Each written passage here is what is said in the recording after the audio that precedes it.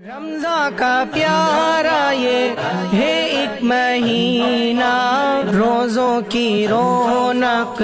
سحری کا منظر، اللہ اکبر اللہ اکبر۔ لا الہ الا اللہ الحلیم الکریم، سبحان اللہ رب العرش العظیم، صلی اللہ علی نبیہ محمد وعلی آلہ واصحابہ اجمعین۔ اما بعد،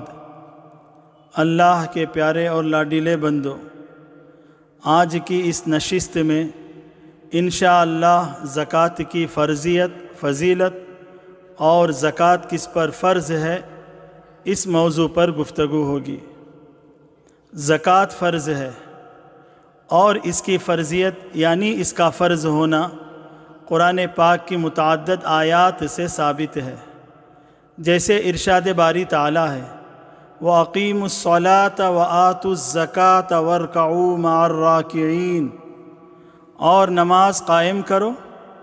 اور زکوٰۃ ادا کرو اور رکوع کرنے والوں کے ساتھ رکوع کرو۔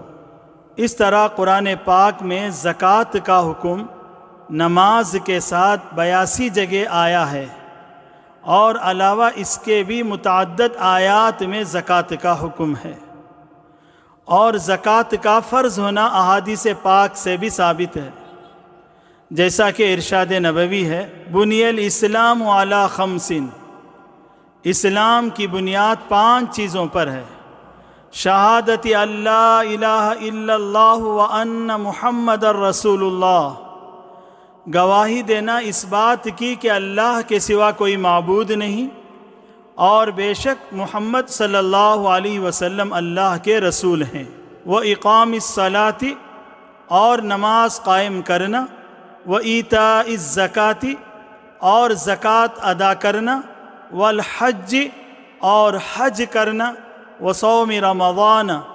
اور ماہ رمضان کے روزے رکھنا۔ اور نیز زکوٰۃ کے فرض ہونے پر امت کا اجماع بھی ہے کہ کسی نے آج تک زکوٰۃ کے فرض ہونے کا انکار نہیں کیا ہے، لہٰذا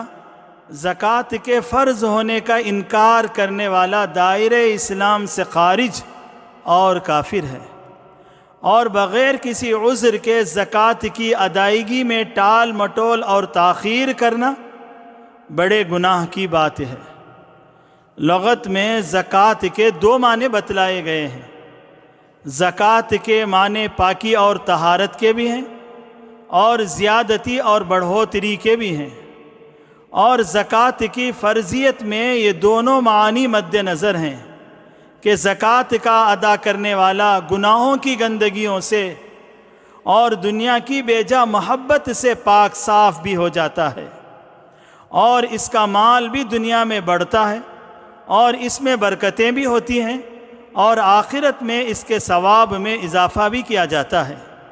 اور زکوٰۃ کا ایک دنیاوی فائدہ یہ ہے کہ اس سے بقیہ مال محفوظ رہتا ہے، جیسا کہ ارشاد نبوی ہے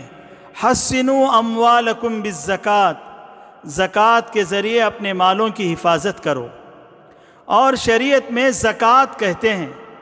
اپنے مال کے اس خاص حصے کا جسے شریعت نے متعین کیا ہے، یعنی 40ویں حصے کا، کسی ایسے مستحق اور فقیر کو بغیر کسی معاوضے کے محض اللہ تبارک و تعالیٰ کی رضا کے خاطر دینا اور مالک بنا دینا جو سید اور ہاشمی نہ ہو۔ اور یہ زکوٰۃ ہر عاقل بالغ مسلمان پر فرض ہے جو صاحب نصاب ہو، یعنی شریعت کی نظر میں مالدار ہو۔ صاحب نصاب کون ہے کہ جس پر زکوٰۃ فرض ہے؟ اسے توجہ سے سنیں اور خود کا جائزہ لیں کہ کیا ہم صاحب نصاب ہیں اور کیا ہم پر زکوٰۃ فرض ہے۔ اگر فرض ہے اور ادا کر رہے ہیں تو بہت خوب، نہیں تو ادائیگی کی فکر کریں۔ صاحب نصاب کی تفصیل اس طرح ہے: نمبر 1، وہ شخص صاحب نصاب ہے جس کی ملکیت میں صرف سونا ہو اور وہ 7.5 تولہ،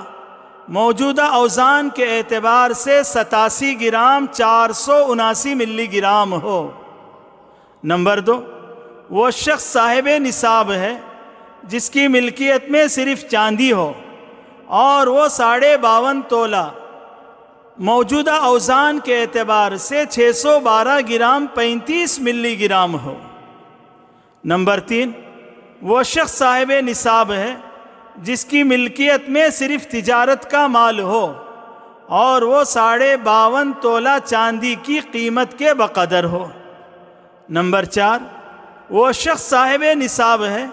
جس کی ملکیت میں صرف نقدی یعنی رقم ہو، روپیہ پیسہ ہو، اور وہ 52.5 تولہ چاندی کی قیمت کے بقدر ہو۔ نمبر 5، اور اگر کسی کے پاس یہ چاروں چیزیں یعنی سونا، چاندی، تجارت کا مال اور نقد رقم مقررہ مقدار میں نہ ہو لیکن تھوڑی تھوڑی مقدار میں ہو، جیسے کچھ سونا ہے، کچھ چاندی ہے، کچھ مال تجارت ہے اور کچھ نقد رقم ہے، یا اسی طرح ان 4 چیزوں میں سے 3 چیزیں ہوں یا 2 ہی چیزیں ہوں اور ان سب کی مجموعی قیمت 52.5 تولہ چاندی کی قیمت کے بقدر ہو تو وہ بھی صاحب نصاب ہے، شریعت کی نظر میں وہ بھی مالدار ہے اور اس پر بھی زکوٰۃ فرض ہے۔ الغرض یہ سب احباب صاحب نصاب ہیں، یعنی شریعت کی نظر میں مالدار ہیں، ان پر زکوٰۃ فرض ہے بشرطے کہ صاحب نصاب ہوئے ان پر 1 سال گزر گیا ہو، اور زکوٰۃ 2.5% فرض ہے، یعنی 1 لاکھ روپیوں میں 2,500 روپے زکوٰۃ ہے۔ اور کن چیزوں پر زکوٰۃ فرض نہیں ہے اور کن کو دینا درست ہے اور کن کو دینا درست نہیں ہے وغیرہ تفصیلات کا بیان انشاءاللہ آئندہ مذاکرے میں کیا جائے گا۔ اللہ سے دعا ہے کہ وہ ہمیں بلکہ ساری امت مسلمہ کو فریضہ زکوٰۃ بلکہ تمام فرائض کو اس کے شرائط اور آداب کے ساتھ بحسن و خوبی ادا کرنے کی توفیق عطا فرمائے۔ آمین۔ وآخر دعوانا ان الحمد للہ رب العالمین۔